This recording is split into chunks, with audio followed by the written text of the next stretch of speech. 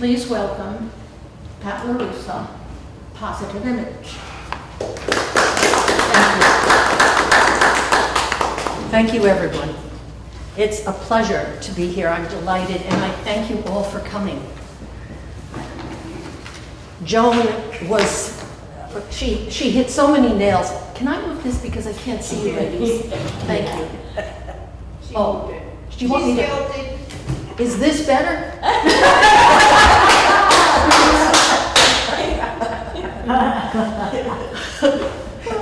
I do that a lot. Joan hit a lot of nails right on the head. After we are done here today, I hope you can appreciate that I'm not asking you to change the world. I'm asking you to change your world. Your family, your friends, the women at the club, the people you play cards with or play tennis or golf with, and not a whole lot, because the big change is going to be within you.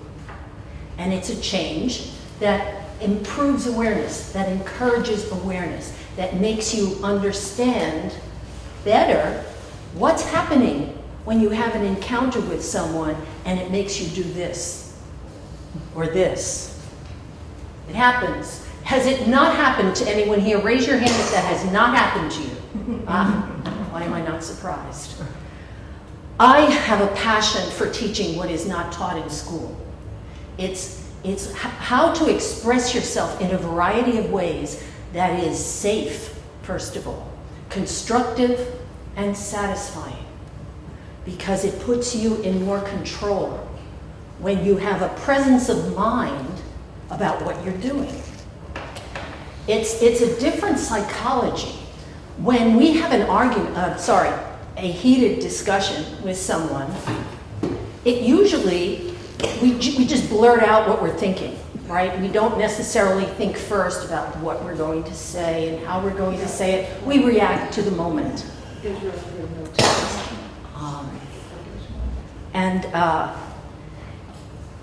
Before we are going to talk about the historical practices that have silenced women for decades, and we're going to also discover insights into your goals and ambitions, because that's really what you want to do here.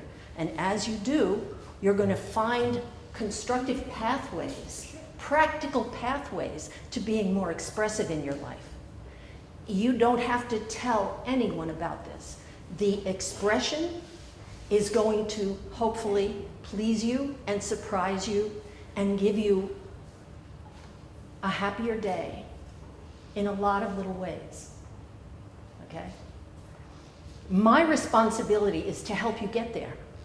And in order to do that, I need to know why you came here. What about this workshop attracted you? Did you have a plan you wanted to put into action? Are there conversations you've had that weren't optimum as far as the outcome goes? You'd like to do it again, but you know how when you have a heated discussion with someone, you think of what you wanted to say later? Yeah, well, that's the kind of thing we're going to work on here. And the discussions we have that come from you are what's going to make it work. Because I've learned two things in my life. First, all the old sayings that we've heard, they're all true. Every single one of them is true. And the other thing is that the more we communicate, the more we learn. Because when you communicate, you're exchanging information. And speaking of that, I want to communicate on a different level of psychology. And if you just come along with me on this, I want to give you an example of what I mean by a different level of psychology. Now, if someone had sent me an issue that they were dealing with, and they had a problem driving in the car with, she had a problem driving in the car with her husband. This is a client of mine, and she told me that every time I get in the car, he seems to be mad at me. My pattern is to ask questions, enough questions so that I understand really what's going on. So I asked a bunch of questions, and what I learned was that she is always late. They're going to dinner with friends and she's always late. But she didn't realize that. She just knew when she got in the car he was angry. Little down the road, she told me, I said, what is the ride like? Do you say anything? Well, I always tell him where to make that left turn. And she didn't realize the effect that had, because she was coming from her psychology, from what she was doing when she was in the car. She tried to hurry, but she did her best, and she didn't think it was important to be on time. And then as he's driving, she was telling him what to do. So in the first place, she did not realize that he had anxiety about being late, keeping the friends waiting, missing your reservation, having to drive faster. All these things complicated his life. She was oblivious. And her psychology, her pattern, was to only think about her side of it. That's why she had no idea. So I asked her if she would be willing to, asked her what time she started getting dressed. 5 o'clock for the 7 o'clock meeting, 7 o'clock appointment.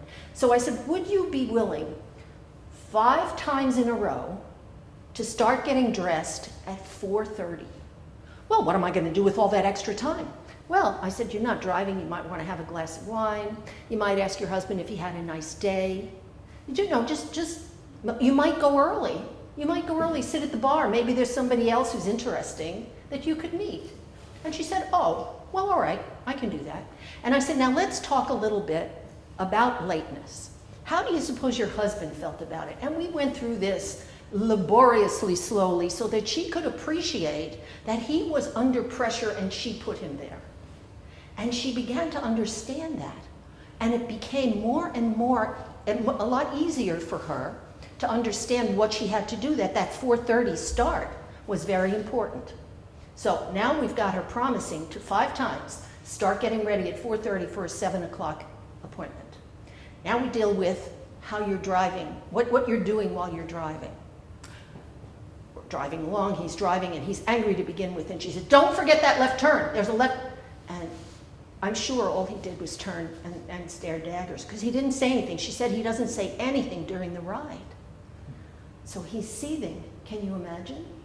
What did she tell him by telling him to make a left? Anybody know? Guess. Exactly. She was controlling the way he drove. Why was she controlling it? Because she had no confidence in him. So I said to her, has he ever missed the turn? And she said, yeah, once when we were really late, he just went right by it. I said, what did you do?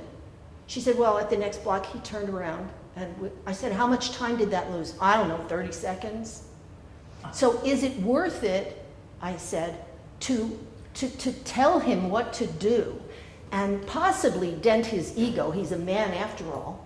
Is it worth it rather than leave it alone? You know he's going to turn around. He knows how to turn around. And then come back and go the right way. Can you do that? Oh, I never thought of that. Why? Because she only thought about her side. So she agreed, as I suggested. I always asked, would you consider doing this? Every time of those 5 times you get in that car, you say nothing about anything. Smile, look out the window. In fact, look out this window. Don't look at where you're going. You may be tempted to say something. Can you do that? Do you think you could do that 5 times in a row? I don't know. What do you mean? I can't say. Right. You can talk when you get there. You can do whatever you want when you get there. But just for the ride, how long does it take to get to the restaurant? Oh, about 20 minutes. Do you think you could be quiet for 20 minutes? Oh, sure, I've done that before. Okay. So now we've got her on time, in the car, saying nothing 5 times in a row. The first time she did it, she called me the next morning and she said, and forgive me if anybody is, if you consider this indelicate, but I don't. She said, he was so happy. We made love for the first time in a long time. The night after the dinner, we were thank you. So I said, okay, good. That's 1 down, 4 to go. You have to keep it up. And she did happily ever after. It's that simple. There are certain steps you have to take when you're going to engage someone. Her first attempt, I should say, at correcting her behavior was an engagement.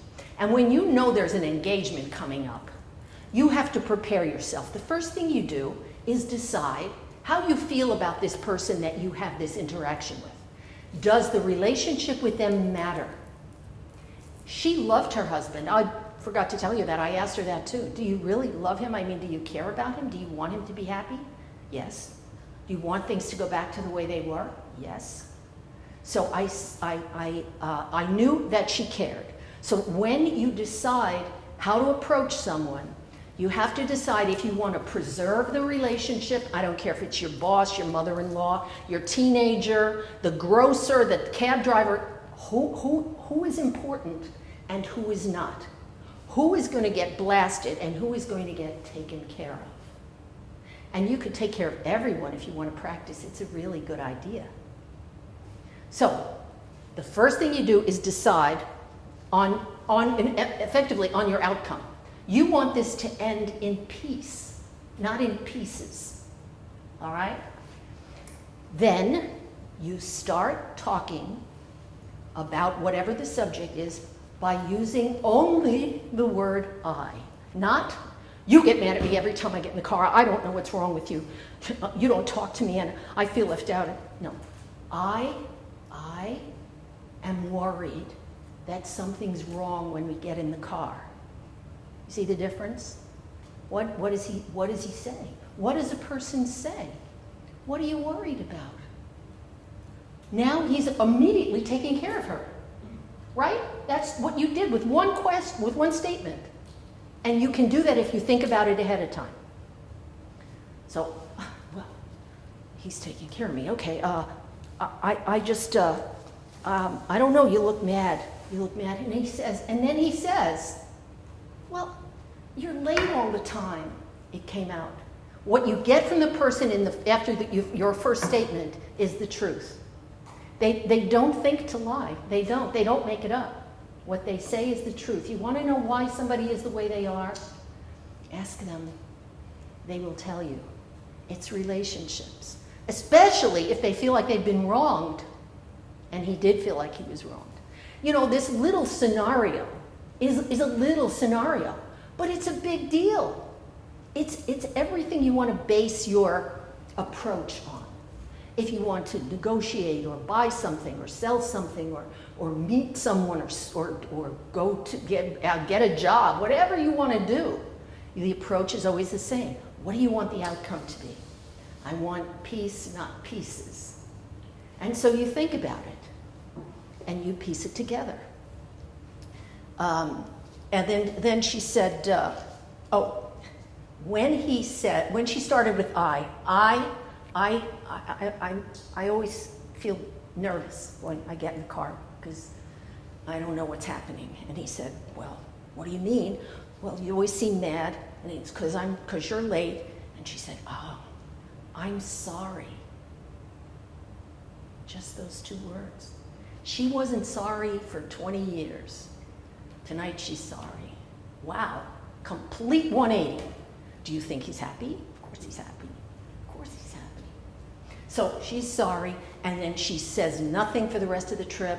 He's probably smiling while he's driving. He makes a left where he's supposed to. Yeah, they're a few minutes late. Oh, no, this time she's on time. But they get there and all is well. It's really a happy ending. I have so many women come to me with, well, I don't know how to deal with my teenager. I don't know how to do this. I can't talk to, I don't know. Well, all we do is we set up a scenario that gives you a path, step by step. Always decide what your outcome is. Start the first sentence with I, and it's how you feel. I feel worried when I get in the car. I feel worried when you don't come home. I feel worried when you don't call. Things like that, all right? And then you're doing this one-on-one. You're not angry, you've planned this all. You're gonna get direct responses back. Has anybody else got a situation where, I did speak to someone in the class about a situation where she's driving, and the woman she's driving with is a relative and kind of like an authoritative relative, so she doesn't want to say anything. And The woman puts the car in a position that really leaves the vehicle open to an accident if someone on coming the other way isn't paying attention. What do? You can say, when I'm driving with you, I worry about you. I worry about you even when I'm not driving with you. Why? What are you worried about? Well, I noticed that when you make a left, you put the car this way. And I've been in a lot of accidents and hit in the back all the time because I'm not a fast driver, but if somebody hits you in the back when your car is at that angle, you're going right into the oncoming traffic, and I don't want anything to happen to you. You can prevent it. Please, could you put my mind at ease and realize that you do that? If you tell me you will, I'll worry so much less because I care. Who could turn that down? And it's true. The thing is, it's true. But she can't say, God, every time you turn the car like that, you scare the hell out of me because somebody's going to hit us in the back. We're going to end up in oncoming traffic, and I'm on the passenger side, and I'm going to be crushed. No point. No point. See what kind of response you get. But what's important is that you listen, because what you hear then tells you what to say. Who wants to try it? Does anybody have an argument that they want to bring up? Mm-hmm. No? I'm going to be asking you this all through the session. So you have notebooks, you have pens. I want you to jot down whatever comes to mind. You see, the psychology that we're going to use is different. It's the same situation adapted to a more conciliatory set of circumstances. What can you do? And that automatically gives you control. Now you're in control. He's not driving fast anymore. He's not mad anymore. She's not putting me and everybody she's with in harm's way. Why? Well, because I put it in a way that was about me, because I care about her. If you're on the road to divorce and you have an argument with your potential ex-husband, you don't care what you say to him. You just go right ahead and say whatever you like, because that just might hasten the demise of that marriage, and that could be a good thing. Okay? Any questions, any comments, any thoughts? Anybody have a problem with someone? Anything we could work on right now? Because we're going to do this again later. Yes, Shirley. I'm not even sure what my question is, but if overall you do pretty well with that whole concept, Yes. but there is one person that's consistently in your life that you feel like you keep going in circles with, Yes. and if you agreed on anything, they change their mind. Ah. And it becomes, no matter what it is, it's like you can't get the resolve, and then you lose it. Yes. Yes. But you want to reserve the relationship to the extent you can, even if it's altered. That's a very good question. It has a long history. That's a very good question. In normal exchanges, people behave like I anticipate they will, and they do. But sometimes people have personality traits that are intractable. They can't change them. And what you notice is you're going along and everything is fine, and then all of a sudden, bang, that person turns a 180 and you're back where you started from. Is that the situation? Yeah, we're there. Well, there are all kinds of psychological phrases that describe that behavior. And I don't mean to label anyone, but the only one that comes to mind, and I don't have a lot of these in my portfolio, but borderline personality disorder is one where people are kind and they reel you in and they'll agree, and then all of a sudden they hit you in the head with a hammer and you have no idea why. Where did this come from? That is their problem, not yours. So the way to help yourself in a situation like that is to understand that there is no way to reach them in a conciliatory way, because they're going to spring back to the way they were before. So your best bet, I don't know what the relationship is, but your best bet is to keep an arm's distance so that you prevent yourself from getting into a situation where you need to get out and make a change. Well, also, the other thing that happens is when you feel like you bend and you try to be conciliatory and you try to reason or express these ways or to find common ground, and then you get to a point where they do something so egregious and you call it, which is also appropriate at times, but then you lose it. Okay, when you And it doesn't happen often, but All right. unfortunately, the couple times, I get upset or speak angrily. Yes. If that happens twice a year, it's unusual. well, But when it happens, it's like drawing a line in the sand, and I'm not proud of it. It doesn't solve the problem. it hurts your feelings too, doesn't it? It makes you feel bad. Yeah. Yeah, afterwards you're sorry for what you said. Afterwards, was it worth all that? I wish I didn't get so upset. Analyze it to the point where you stop reasoning and you say, you just draw a line in the sand, you know? Yeah. And- Yeah. Is it always the same person? Yes. Yes. All right, you have to ask yourself what the value of that person is in your life. That's the first part. That's decide on your outcome. You want to always keep a distance with that person. This is what I would do. I'd keep a distance so I never would get so exposed, so vulnerable that you can experience a turnaround like you described. And just know that this is someone, I mean, if you look at them, think of them as, I don't know, your old boss or a politician you know only slightly, or put something else in your mind about who they are so that you don't let yourself become vulnerable, which is what you do. You put your guard down, you set it yourself, and then you feel bad.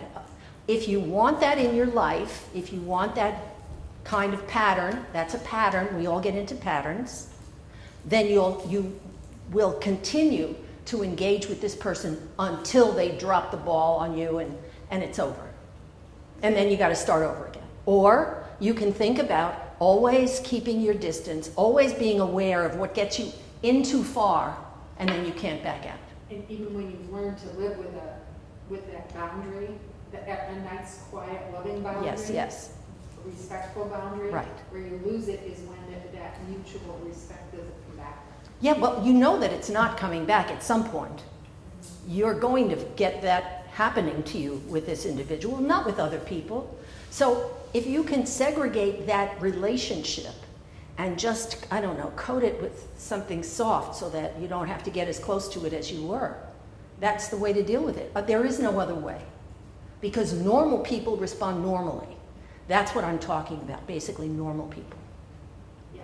Okay? Is it your mother-in-law? I can't. Just say no.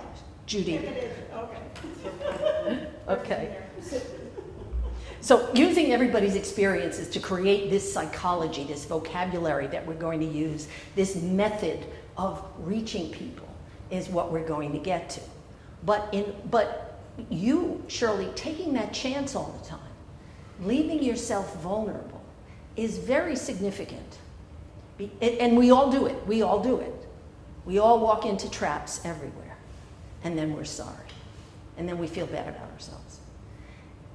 As women are nurturers. Women are people who take care of other people. That's what we do. We're mothers. We're mothers whether we have kids or not. We always take care of people. We're always cooking or we're doing things for people. So I want to give you a little bit of background about why we behave that way. What has happened to our half of the human race that has silenced us for millennia? What happens consciously and what happens unconsciously? I want to go back in time a little bit, just a little, to 22,000 BCE. Just a little. We won't stay there a long time. Okay, this is when man first started walking the earth, and the social structure was tribes. These were hunter-gatherers, and the men killed the animals because they were strong, and the women, they bore the children, they cooked the food, and they raised the kids, they did the grunt work. And the theme of a tribe is might makes right. It's very animalistic. These people lived outside. They didn't have a lot of gray matter 22,000 years ago, and this was what they accepted. There weren't necessarily any women's rights. There was no marriage. Women were what is the term? Community property. He'd point and she'd accommodate. That's all it was. But time marched forward and we had evolution, and knuckles were further from the ground. They weren't dragging so low. Brains got bigger. That's what evolution was. And thought became a preoccupation, not to the degree that it was a think tank. I mean, they wouldn't make it to Harvard, but they did have some ideas. So if we fast forward to 5000 BC, we find that people understood, if I put a pen around the animals, I won't have to chase them. And they did. And if I plant the vegetables right outside, I don't have to look for them. And they even built a shelter to keep them out of the elements. That was genius of the day. And that was the birth of the agrarian society. That's when people started staying in one place. And one group that stayed in one place was the Sumerians, who lived in the Middle East at 5000 BC, and they did something that was remarkable. They invented the written language. And the written language was everything. It had the power like nothing else that was invented. Maybe fire, the wheel, we're not sure, but written language is still as important now as it was then. And once writing was invented, reading was the new vogue. So from 5000 BC, reading became a thing. And people wanted to do that and thought about it more because they weren't running around chasing animals, they were staying in one place. Fast forward to 450 BC. An idea came up in the area of Rome. The Romans decided they would conquer the world. And they did. They raised an army, they made roads, they sent the army out to conquer, and they built an infrastructure in Rome that was impressive. No other building was 4 stories high. The Colosseum, 4 stories high, sat 1,000 people. Unfortunately, they used it to train the young men how to kill people. So, 6 of 1. But the Romans also used language, the written language, for their decrees. They sent them everywhere. For 900 years, more than 900 years, they spread their influence throughout Europe. They were up in Scandinavia. They fought the Vikings up there. They went down to Africa. It wasn't so much fighting there. You saw the movie with Richard Burton and Liz Taylor, right? Not a lot of fighting. And they went east to Mesopotamia, conquered there, and the armies brought back riches. And they brought back elephants from Africa. They brought back spices from Morocco. They brought silk from Asia. They brought frostbite from Scandinavia. Anything you needed. But they also brought back diseases, including the plague. The plague came back with the Roman soldiers from everywhere that they went, and that meant it was spread everywhere. And the 1,000 years of the Roman Empire ended about 450 AD. 450 CE. Does everybody know what those letters mean? Are you familiar with it? Okay. 450 CE is when the Roman Empire started to crumble. The only good thing about it was the reading and writing, because they taught women to read and write. Roman women could read and write. They wrote nasty letters to the senators. They took care of themselves, and they were such great poisoners. I'm sure you read about that too. They were terrific. But once Rome fell, that was pretty much the last time that women had any statutes, any respect in society. It was downhill from there. From 450 to 1450 was 1,000 years known as the Dark Ages. A lot of religious wars. Everybody's religion was right. You should be dead because you don't believe what I believe. They had wars over the land grab, because these population centers all over Europe now had nobody telling them what to do. Rome was gone. They could govern themselves. And what they used was a lot of the principles of what Rome used. They developed their own language and put their laws into effect in their areas. And that's what happened. That's what the Dark Ages is famous for, that and the plague. If ever you see a movie about it, it's always dark. They're wearing nothing, no deodorant. It was really, really upsetting. But we made it through the Dark Ages, and one of the laws that was universal in all of these new countries in Europe was that it was a crime for women to read. So, we made it through the Dark Ages, and the only thing that came out of the Dark Ages that is very important is England issuing a royal charter of rights called, anybody know? We all know the name of this, but we don't know when it was. Yes, oh my goodness, I have to make sure my notes are all right. You're so smart, this group. The Magna Carta said that law is an entity in and of itself. It's a power. And that everyone is subject to the law. Everyone is subject to the law. No one is above the law. If you think about it, that is the foundation of democracy. That's what we're relying on today to make sure that people are accountable for what they do. The reason it started in England was England had the strongest monarchies, but pretty much there were kings all over Europe. And the kings and princes and bishops and religious hierarchy, they would all take advantage of the little guy.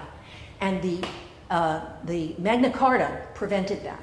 So it was very important, a very important writing. And it's still alive today, 1,000 years ago. In principle, we have it right here. So, congratulations, England. Something else emerged during at the end of the Dark Ages, which was around 1450. And it started in Switzerland and France, and it spread like wildfire throughout Europe. In no time, it was in every country. It was the witch trials. Women were being murdered indiscriminately. They had no say about it. They had no recourse. There was no defense. If someone whispered, if someone told a magistrate or a mayor or somebody in authority that he saw you whispering to your cat, you were toast. Women were killed by drowning, by hanging, by burning at the stake, and by stoning until they were dead.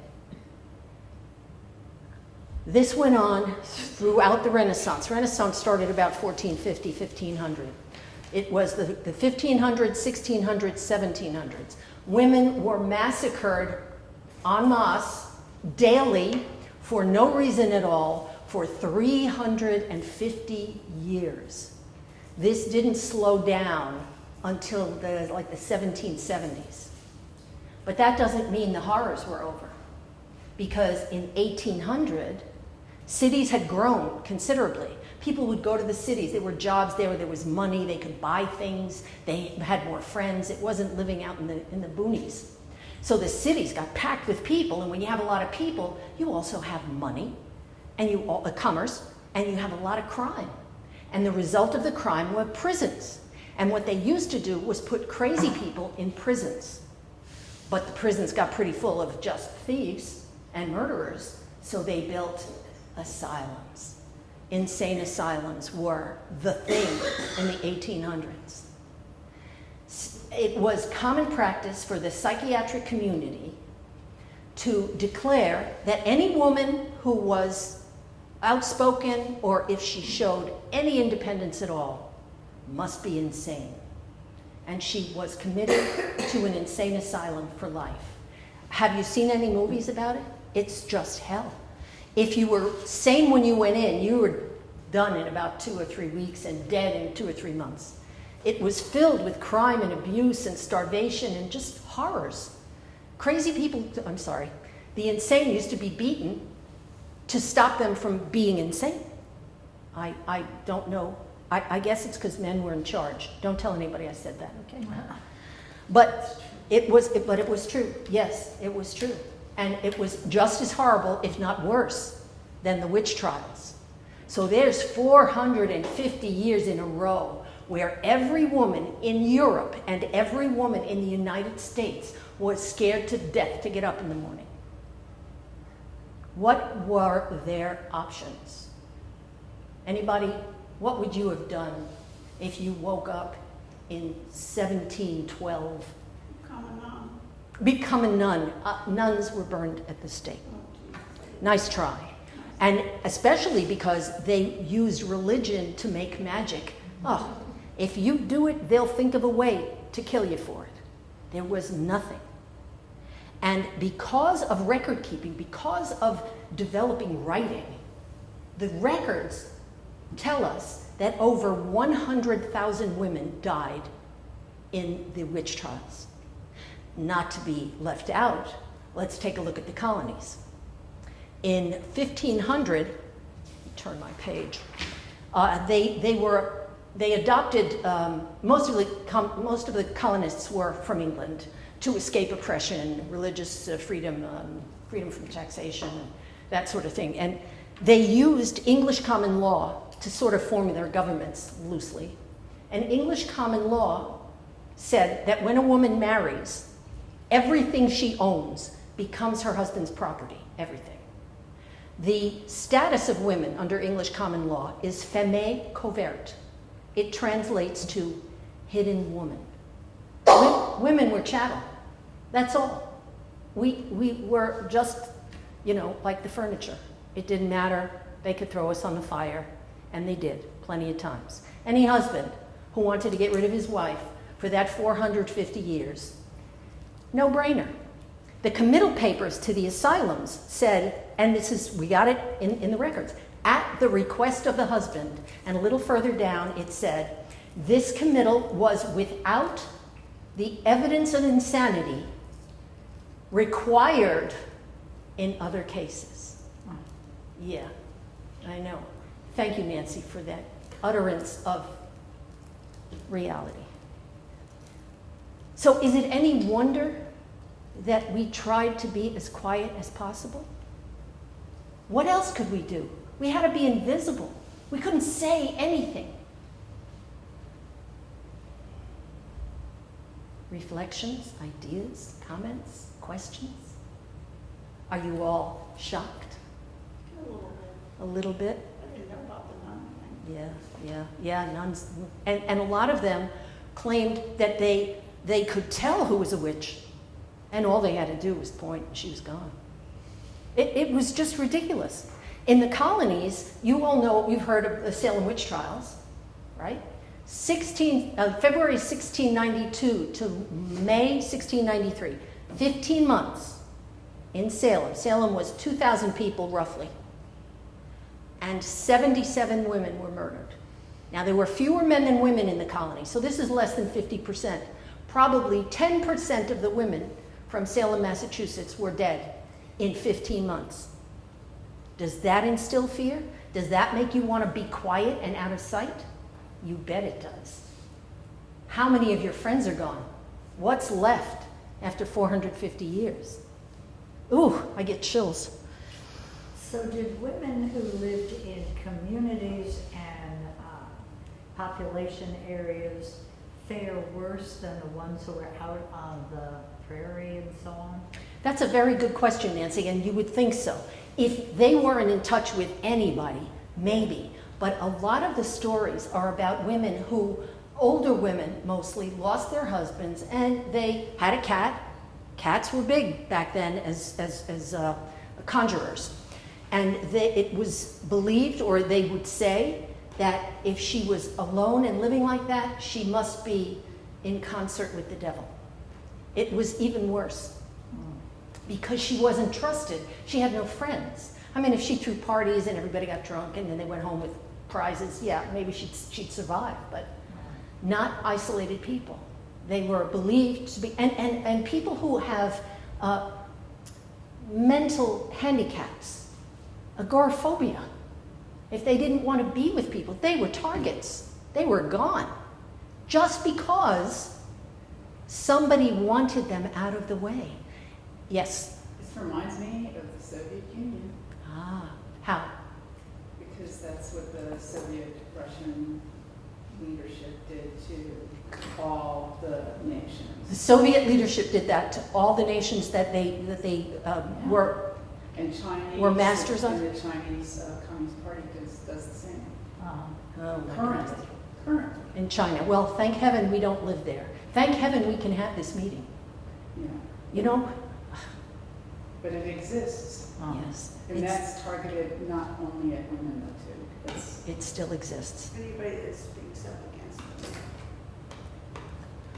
I want to know. Yes. Do you think the influence of the Catholic religion over the various parts of the world as it came into being, and they had all these the men had all these little meetings and decided that women were second-class citizens, which in some cultures they hadn't been up to that time. I think it had a major influence for centuries on the way women were treated. Well, I know I look old, but I wasn't there. So I can only go by what I've read. Okay. And what I've learned is that the strongest presence of life and death came through the Catholic Church because they wanted to be the top dogs in the world. Europe and the New World was civilization. And everything was the same in Europe. It was actually worse in Europe because their customs were older and harder to change. So people were very much afraid of, you've heard of the Spanish Inquisition. Yeah. Yeah, that was a little later. That was 16 something, 16, 17. But it was just everywhere. It was the mindset of the male world. Patriarchy. Yeah, Catholic Church. I mean, nuns were second-class citizens. Right. Even, I think, the Virgin Mary sort of got to be a second-class citizen. Yeah. At this point, I've been talking for 45 minutes already. I can't believe it myself. But what we have to do is stop for a minute. Well, actually for 10 minutes, because I'm going to ask you to jot down the reasons you feel you came here. What is it that you're hearing that will fill your need? What can I do to help you get what you want? And I suggest everybody stand up because those books are, they have little hard cardboard in the back. Stand up and move around because we shouldn't be sitting as long as this. And write down what you need me to know, what you can tell me I can do for you, because I need to know where you're at. I don't know. You all are lovely, intelligent women. You all have some concept of the kind of silence that we've had to endure for thousands of years, because I think even 22,000 years ago, women didn't love life. But they accepted it because they probably didn't think about it that much. They didn't have anything to compare it to. But we certainly do today. So if you would be so kind, we're going to take a little break. Everybody stand up and jot down what it is you would like to express, you'd like to achieve, you'd like to do, you want to gain, whether it's to learn how to network or to give presentations or to take a course or to just speak up, just get some toe room in the circle at home. Are we ready, ladies? Yes, we are. Who would like to I share? mean, we have got to have a whole discussion about this. Excuse me. That's quite all right. I'll share. Yes, certainly. So, I mean, the reason that I came here is first of all, was to come to your workshop. Thank you.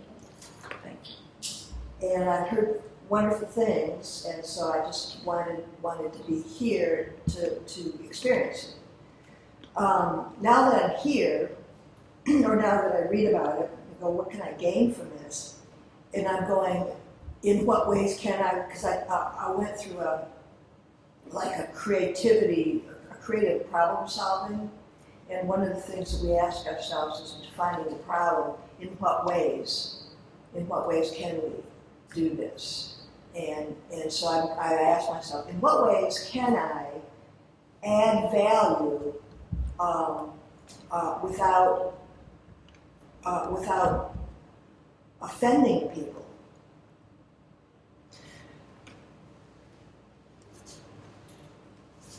What I have found when I am confronted with a problem, whether it's mine or it's a client or it's somebody else's, is I think of all the questions I need to have answered. Because what the questions do is they educate you to what's the substance of the problem is. So when you need to add value, and could you tell me a little bit about the context of this? Oh, anything. Anything. Well, thank you for narrowing it down so sharply. To me, it always comes down to listening. It always comes down because it's observing, I should say observing, because it's not just words.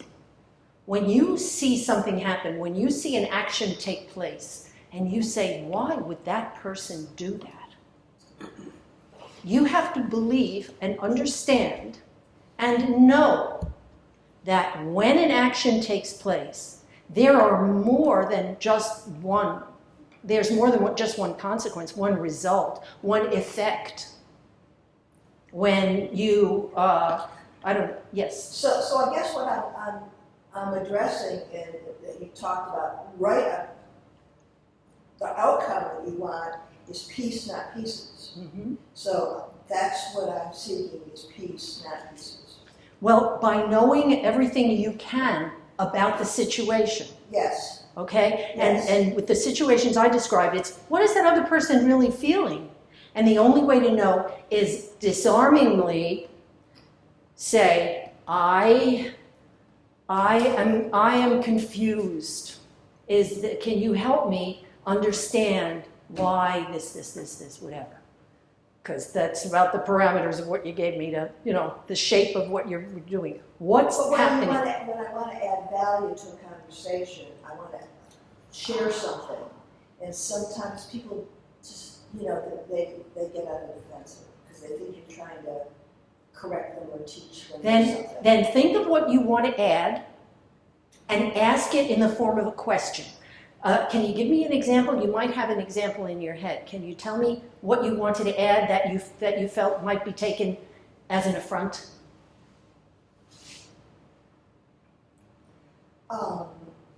And this was like with one person. She actually said, she says, I love it when you teach me all these things because I learned so much from you. And I said, thank you, because I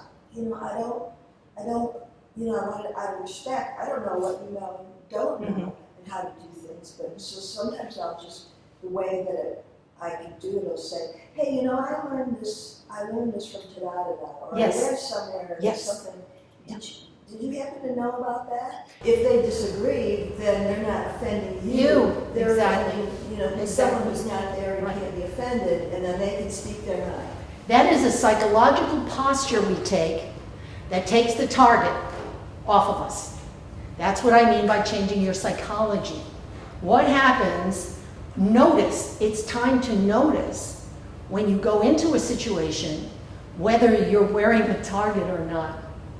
And if you feel like you do, 9 times out of 10 you say nothing. Why? Because that's what we're used to. So what if they say to you, what are you, stupid? I did that already. I did that when I was a kid. That's the most basic. Well, I appreciate, all right, so she's telling you you're worthless. And you say, well, I appreciate your opinion.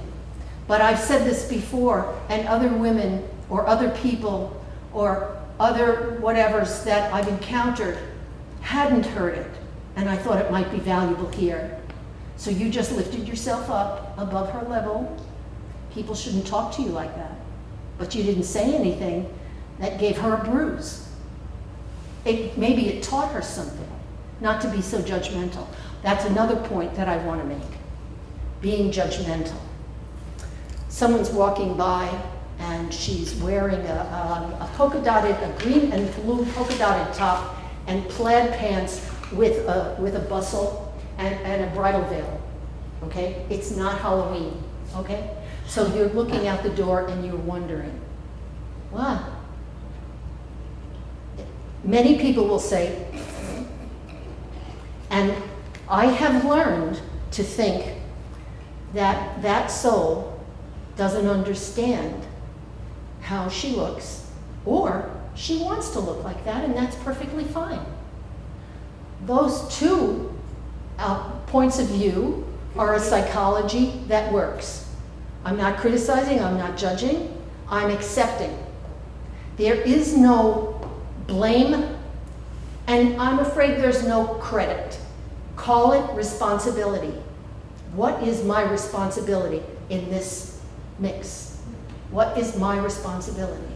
So if your responsibility is peace, not pieces, if your responsibility is to contribute, you can do that without fear. You were concerned about what you wanted to say because you thought it wasn't valuable enough. Maybe they heard it before, you said. Why is that important? It's important because women do this all the time. Why do they do that? There's a scientific theory that any group of sentient beings, and a sentient being is something that's alive that has feelings. Any group of sentient beings, that's humans or animals, experiences the same event, whether directly or indirectly.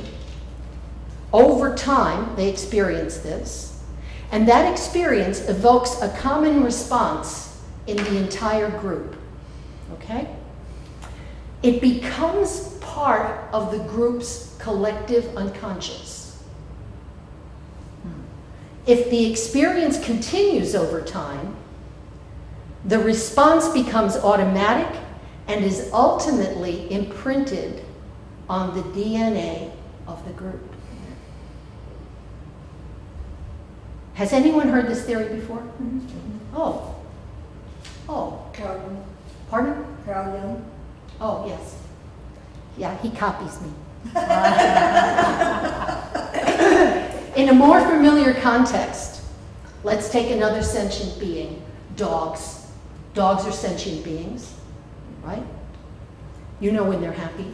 You come home and they're so thrilled. Cats, birds. Many breeds, like pit bulls, Rottweilers, what are they called? Dobermans, Mastiffs. These dogs learned a behavior of aggression, and they were taught this aggression with very unpleasant means. They were taught the behavior of aggression with cruelty. Now, I have to apologize in advance to all the dog lovers. I love dogs, and some of them are so sweet, and some of them I would cross the street to avoid. You know, that pit bull that's pulling the leash, and there's a 6-year-old holding it. I'm not going over there, okay? So these breeds have become known for extreme aggression. Pit bulls are banned in every country in Europe. It's to varying degrees. You can only have one this big, it can't be over this weight, you can't have more than one, you have to have a fenced-in yard, you can't have it in an apartment. They have all kinds of restrictions on pit bulls everywhere in Europe. They have them here too. It's a little bit softer here because there's so many more pit bulls. I think if you have a pit bull and a gun, you know, you're all American. But Cane Corsos are mastiffs, Italian mastiffs. They are banned in 7 states in the United States. Arkansas, Colorado, Idaho, Kansas, Nebraska, South Dakota, and the state of Washington. Can't have them. The Akitas, American wolf dogs, pit bulls, chows, bulldogs, and mastiffs are banned all over the world. Different places, different degrees. But why? Why?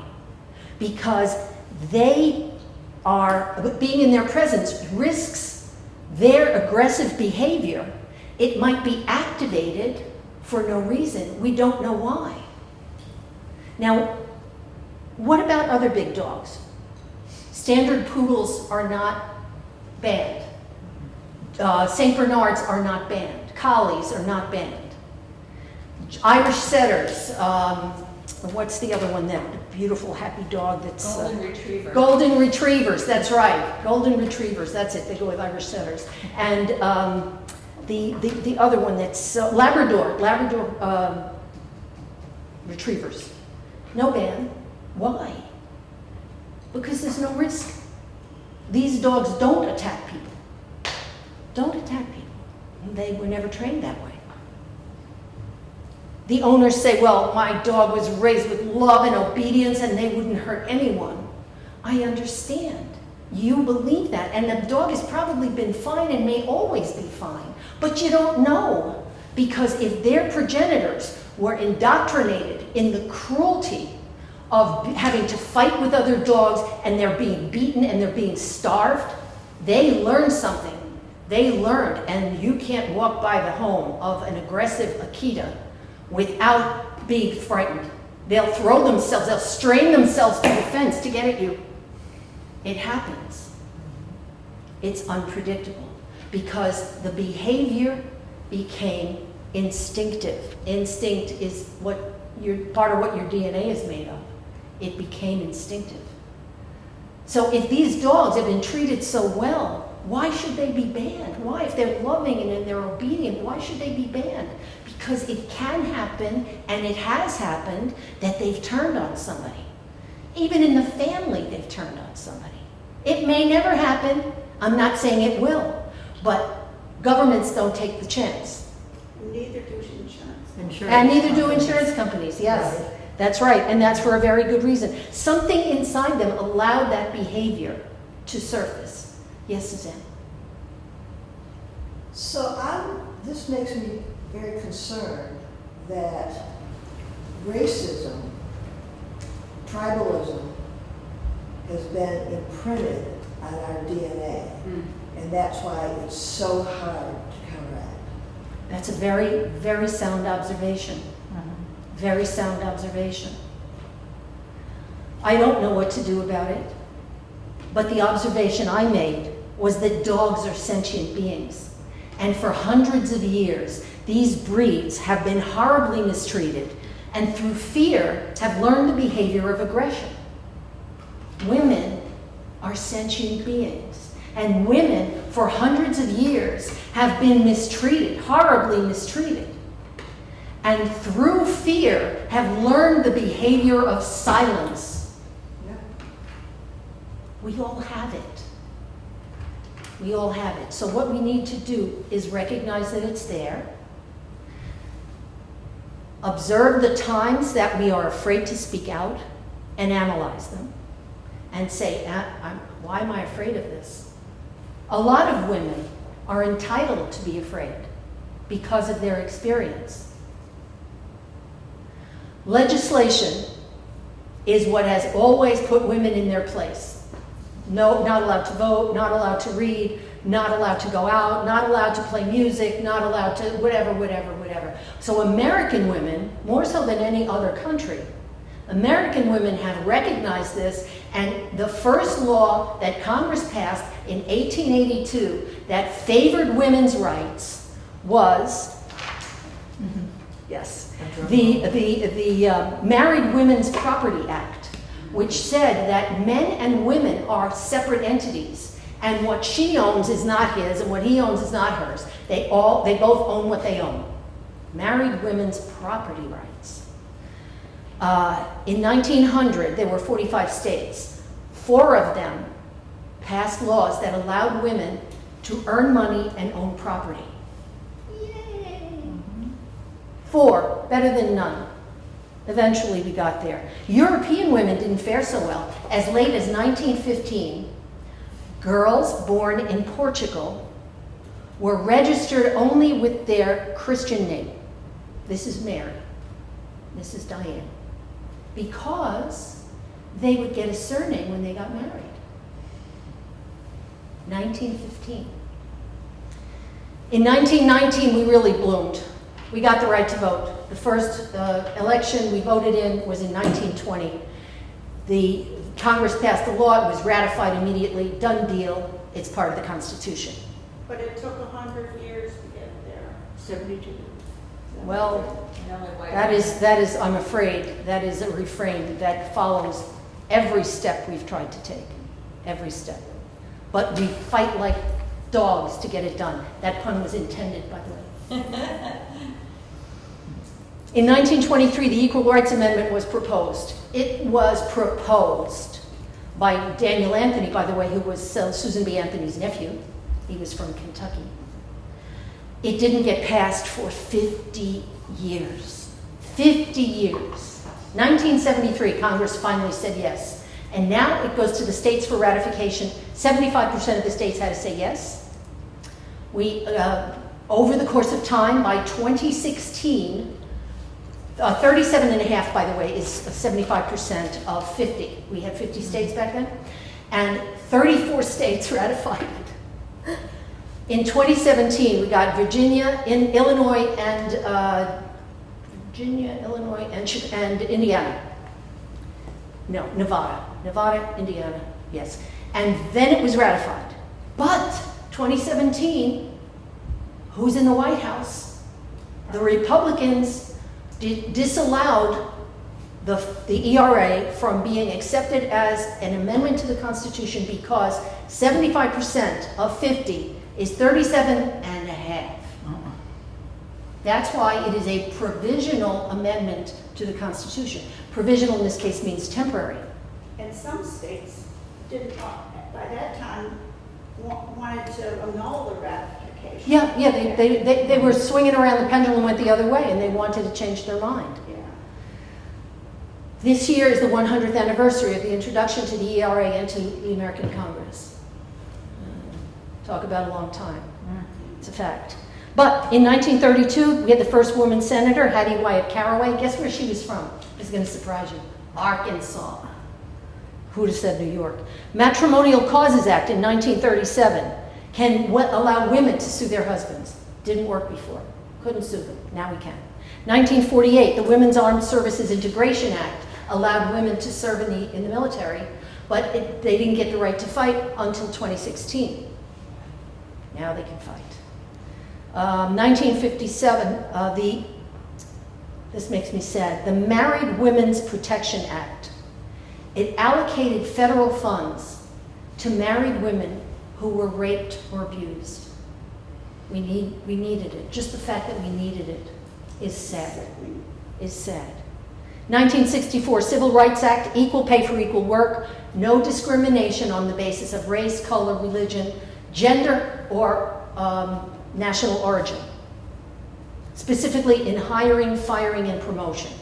So, did us a favor at work, but feminism was a real thing in the 60s, and in 1966 we had the National Organization for Women that was created by Shirley Chisholm and, what's her name? Not Susan B. Anthony.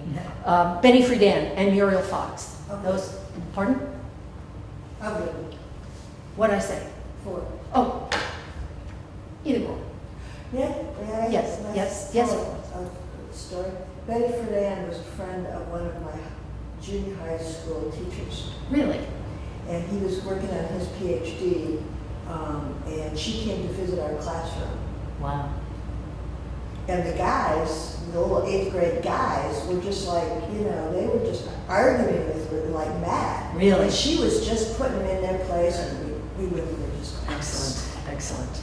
Because I remember that, In 1972, we got Title IX. That was equal federal money to education for boys and girls. So now the girls play baseball, basketball, field hockey, ice hockey, everything, softball. We got the money. We took it from them, tough luck. That's why, Title IX is why the United States has the U.S. women's soccer team winning 4 World Cups in 8 years, never finishing below 3rd place. Guess how many World Cups the men have? Go ahead, guess. None. Exactly, they have none. And they make more money than the women do. And they went out on strike for it, and it didn't work. They got shut down. They couldn't believe it. They could not believe it. In 73, Roe v. Wade made abortion legal. In 76, the Equal Credit Opportunity Act meant no gender discrimination in the ownership of a credit card. But It took didn't work. till 1976. They passed it, but it didn't work. What do you mean it didn't work? Well, after I divorced my husband, Yes, I couldn't get a credit card. really. And my company wanted me to travel, and they had to sign on to it Uh-huh. and get me a card in order for me to travel. See, this is when you have to have an affair with a lawyer. I had to go to that, but that's a great question. But during that period of time also, I remember having a conversation with my sister, is that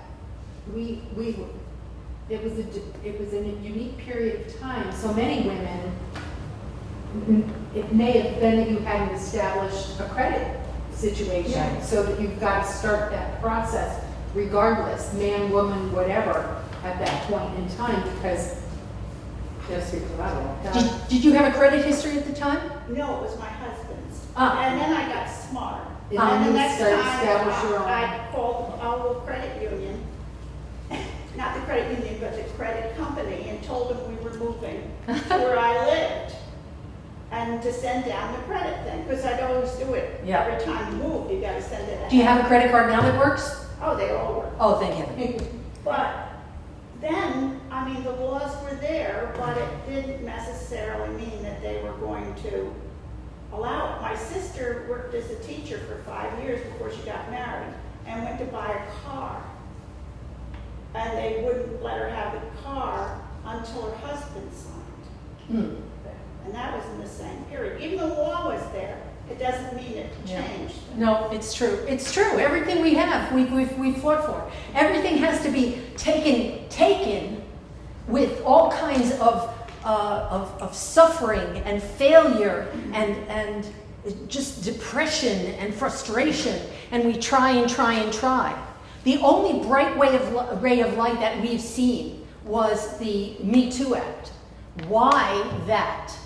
Because it didn't have to be a law, and it wasn't followed by everybody, but it was the entire world. Yeah. 4 years ago said, we're not going to take it anymore.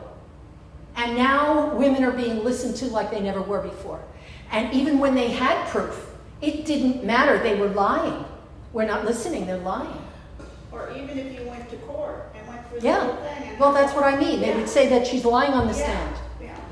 It's no wonder that throughout history, women are still predisposed to understand and accept that we are inferior, we are worth less, we are just not as good, and we are destined to be victimized. It's always there. With all the laws that have been put in place, 35.6% of women in the United States today have been raped, abused, or stalked by a life partner in their lifetime. Well, they just put something into the House of Representatives. I don't know exactly what it was, but I'll think of it in a minute. Over 80. But, oh, I know what it was. It was to force the states to develop the rape kits and put them in the system.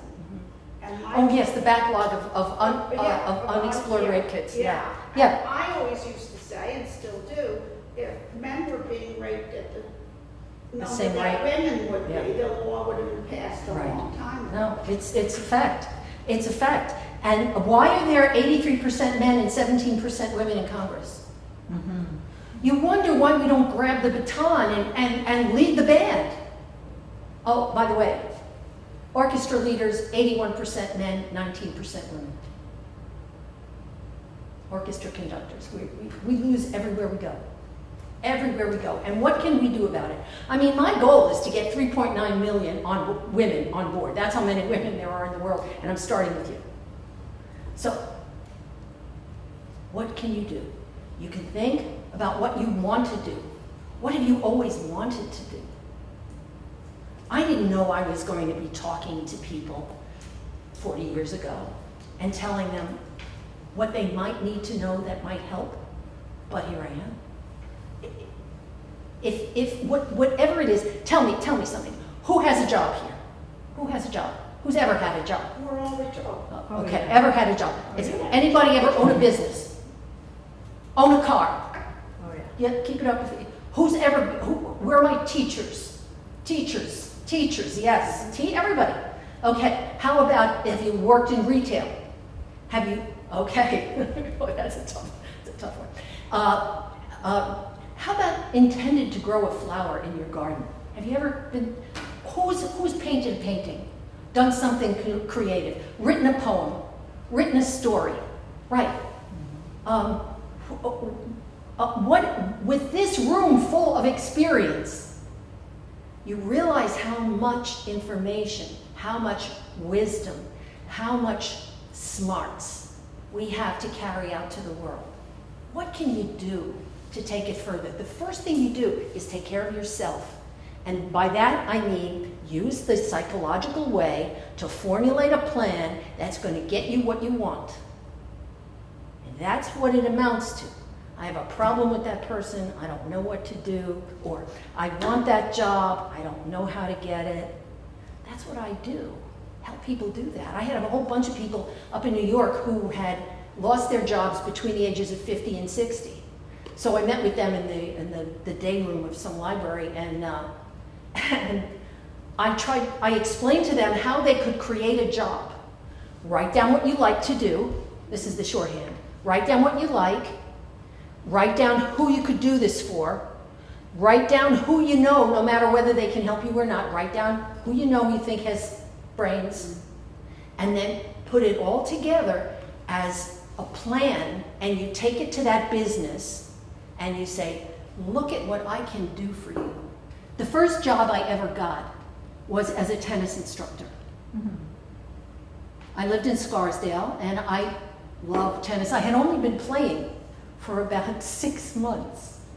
And because I grew up in the Bronx, I played ball all the time, and I loved it. So my hand-eye coordination was great. I go to Scarsdale, took a couple of lessons, and the coach says, why don't you join a club?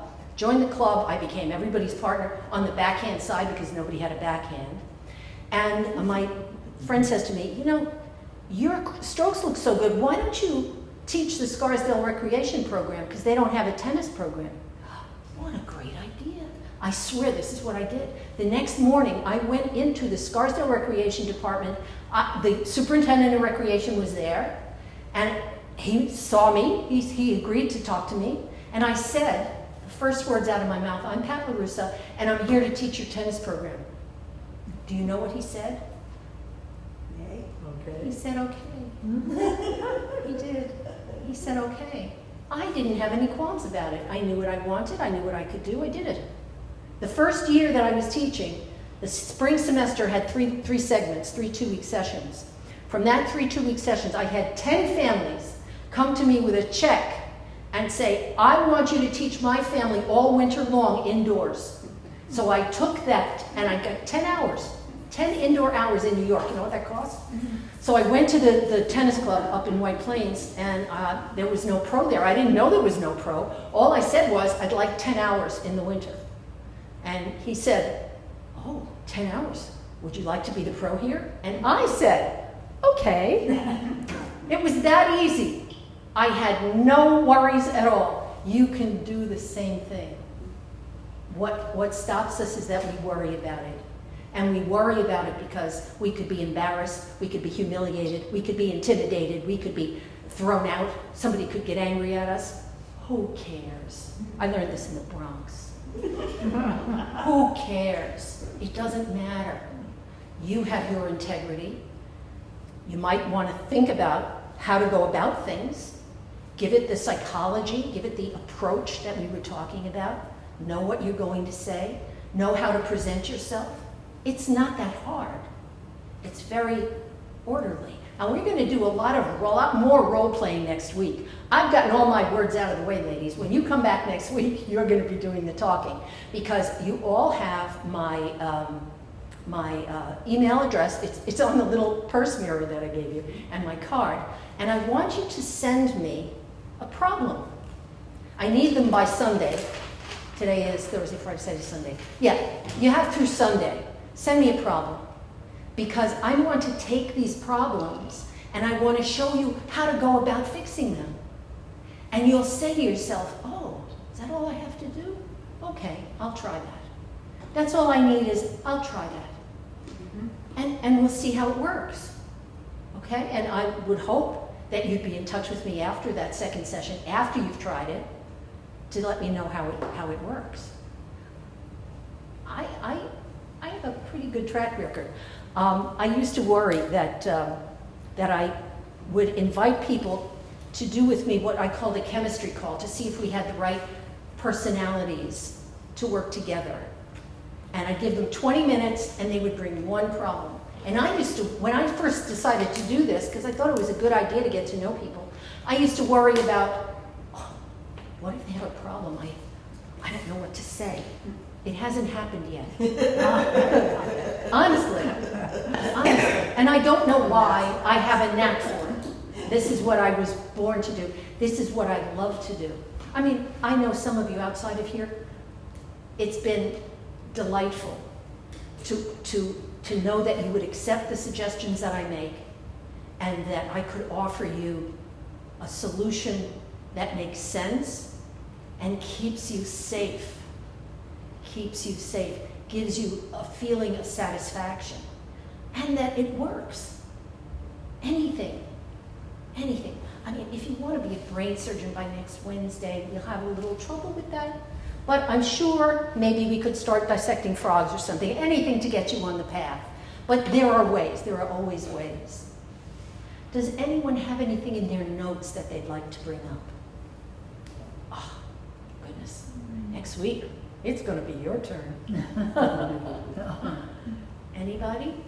What is it about today? What did you hear today that you're going to be taking home with you? What do you remember that's important? I guess that I've made as much progress as I have. Thank you, Judy. Thank you. Because I can remember when I would never do this. Maybe once in a while I take a stab. But it was really rare. Yeah. Thank you. Congratulations. I'm glad you feel good about it. Yeah. Possibly one of the first questions you asked. I'm sorry? Probably one of the first questions you asked. Yes. What did I ask? Especially when you are thinking about problem solving. I'm going to use that. But what is the outcome?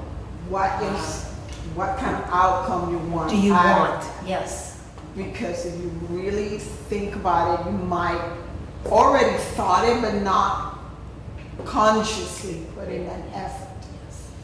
Yes. For example, I have 5 children between the ages of 10 and 14. And the relationship with each of them is different.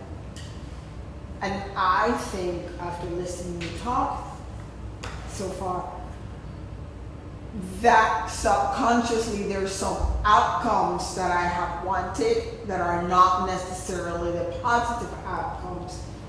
Therefore, that's what I have got. Yes. I can give you a little information about that if I may. How do you talk to people who are not mature people?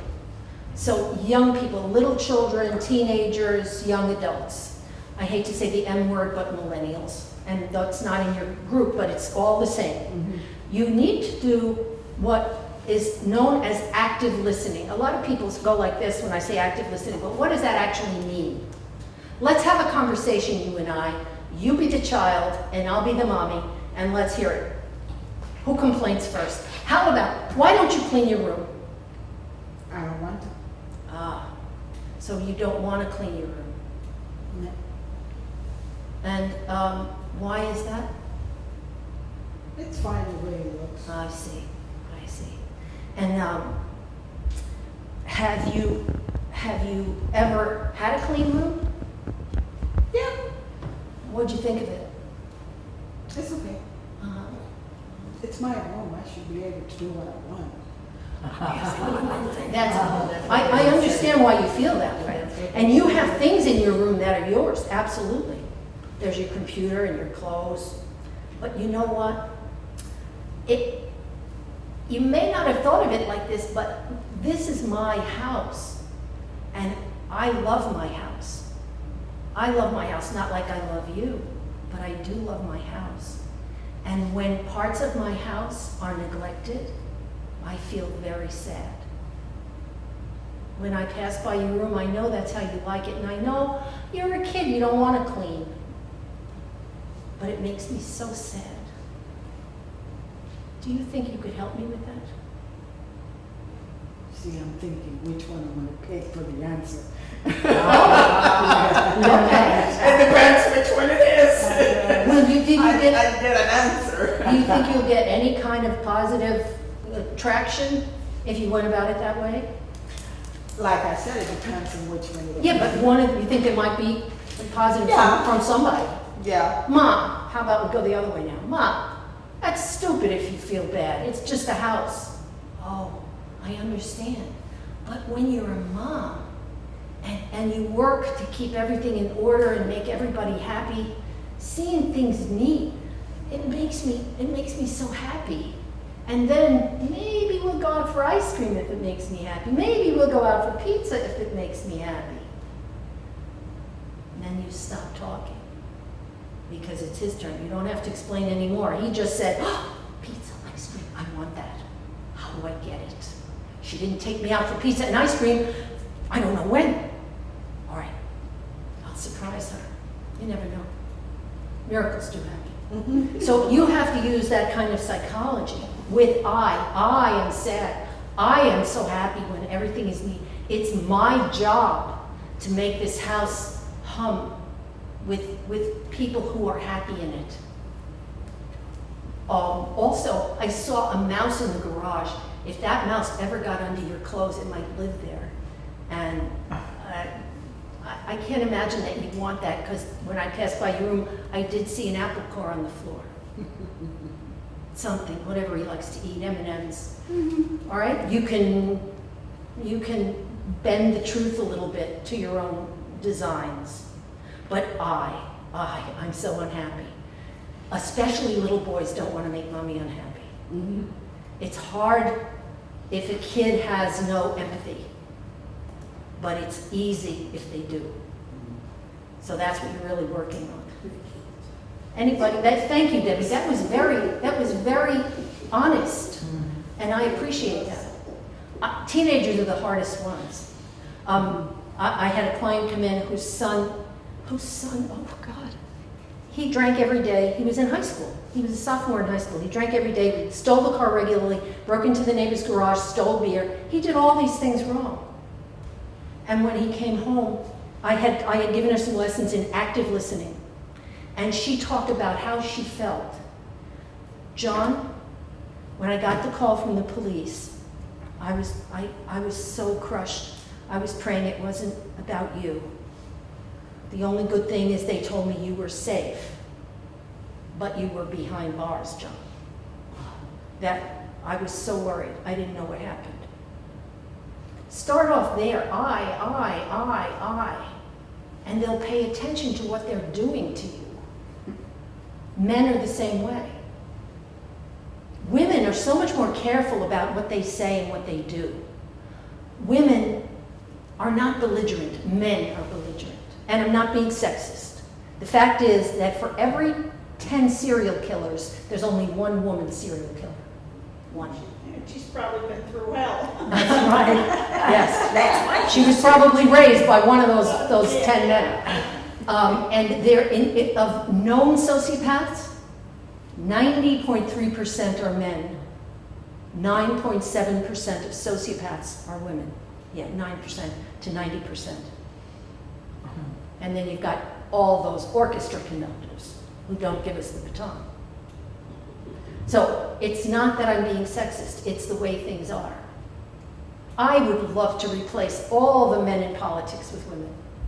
Oh, Wouldn't that be amazing? It really does. It would, yeah. Oh, I dream about it. Women do. Men want Right. Men talk, women do. Right. They even have all those secretaries and everything to help them out. That's right. And they're so defensive. Whatever they do, it's okay. The secretaries treat them like they're a little boy. Yeah. Oh, I have more bad news. I almost forgot. Not only are we women, but we're women of a certain age. In the United States. If only we could transport ourselves to Japan, we'd have half a chance.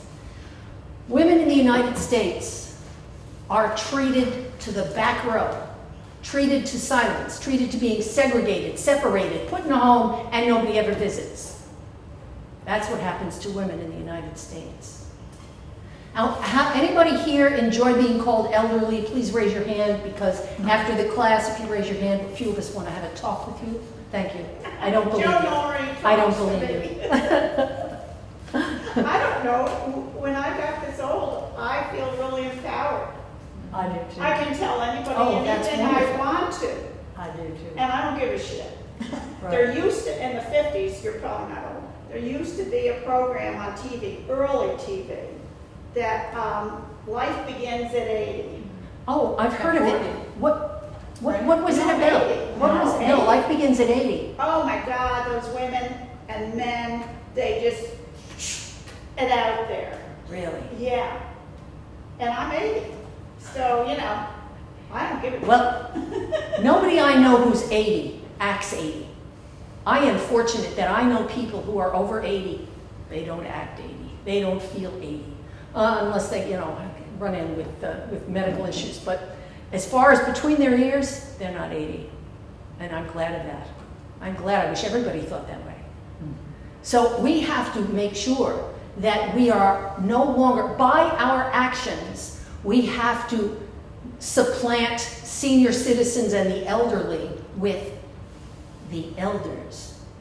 There was a time when senior women in tribes, in communities, were known as the elders. They had the wisdom, they had the experience. The oracles, the Greek oracles, had to be over 50 so that they weren't troubled with children or menstruation or anything anymore. And that was the absolute youngest age for a woman to become an oracle in Greek society. If it was society, I don't know if I'm mixing Odysseus with, Onassis. But it was known. Older women have a lot to give. What do you want to give that's just been stifled? Joan hit on so much of that when she started this meeting. Everything she said made so much sense. I wish I'd said it. So if you would be so kind, ladies, write to me. Tell me what you want next week. Tell me what I can do for you. You had a thought, maybe I could start a group that does this or that. Maybe I could teach a class in whatever. Maybe I could learn a new language. That's very good for your mind, to learn a language. There are some people who already speak languages. Maybe they want to learn Pig Latin. I don't know. But anything will advance your ability to expand. And people will see it. Go to your friends, go to your family, go to whoever's in your orbit, and look at them, see what do I need to change here? What would I like to say to that person that I don't dare say? And the unfortunate truth is, if you are afraid to say it, then you may have been given a reason to be afraid. So examine that as well. I've had so many women say to me, I had an argument with my husband, I wanted to tell him that we were through, and he got so mad when I just opened the subject, and I didn't even tell him where I wanted it to end up, and I was afraid he would hit me. 35.6% of women in the United States today rape, abuse, and stalking. Those are the 3 most common uses of control exercised by men. And that's what we have to contend with, because they've lived all those years. They lived the 450 years of the witch trials and the insane asylum commitments. They lived back in the Dark Ages, when, or even in 22,000 BC, when women were hit over the head and dragged off to a new tribe. I'm sure they didn't enjoy it. It's part of their background too, but of course from a different perspective. So, if I want to thank you all for your contributions. I want to thank you for being here. I want to thank you for inspiring me to keep doing this, inspiring me to help you. And that's exactly what I want to do. There is a questionnaire in your folder that has just your opinion. I want to know if there's anything I need to change or anything you'd like me to add or a topic that you want to see entered into. But in any case, it was a delight to meet you all, to see you here, and to share this time with you. Yes, Suzanne? I just want to let everybody know who's coming back next time that I had a conflict for next time, otherwise I'd be here. Thank you, thank you. So Suzanne wants everybody to know that she has a really good excuse for ducking out on this week. I have 30 women coming to my house and a presentation that I'm still working on that I have to make to them. Oh, About my. Oh, about Oh, well, there's actually two. One is they asked me to be the program, and so I'm making an iMovie on our recent trip to the Alps. Oh, that must Really? have been fun. It was really fun, and I'm condensing it into an iMovie so I can't talk to you. Right? We'll show to Good you. thinking, I good thinking. prepared that, and then they sent me to the international convention of our group, and so I need to make a convention report as well. Oh. What's the group? PEO. Do you know, anybody know that? We're a philanthropical educational organization of women that's been around since 1869, when 7 good friends decided to make their own little society, and then their philanthropy started. The philanthropy is higher education for women, and millions of dollars to hundreds of thousands of women have been given ever since. And their first project, so to speak, was to get together some money and to loan it out to women for higher education. That's their first, and then they've got many more since. Well, we'll let you miss next week. Or else what we could do is we could have this happen. What time is it start? 12 o'clock? We could have this happen in her front yard from 10 to 12. And then go see the picture about the Alps. Thank you very much, ladies. It was a pleasure to be here.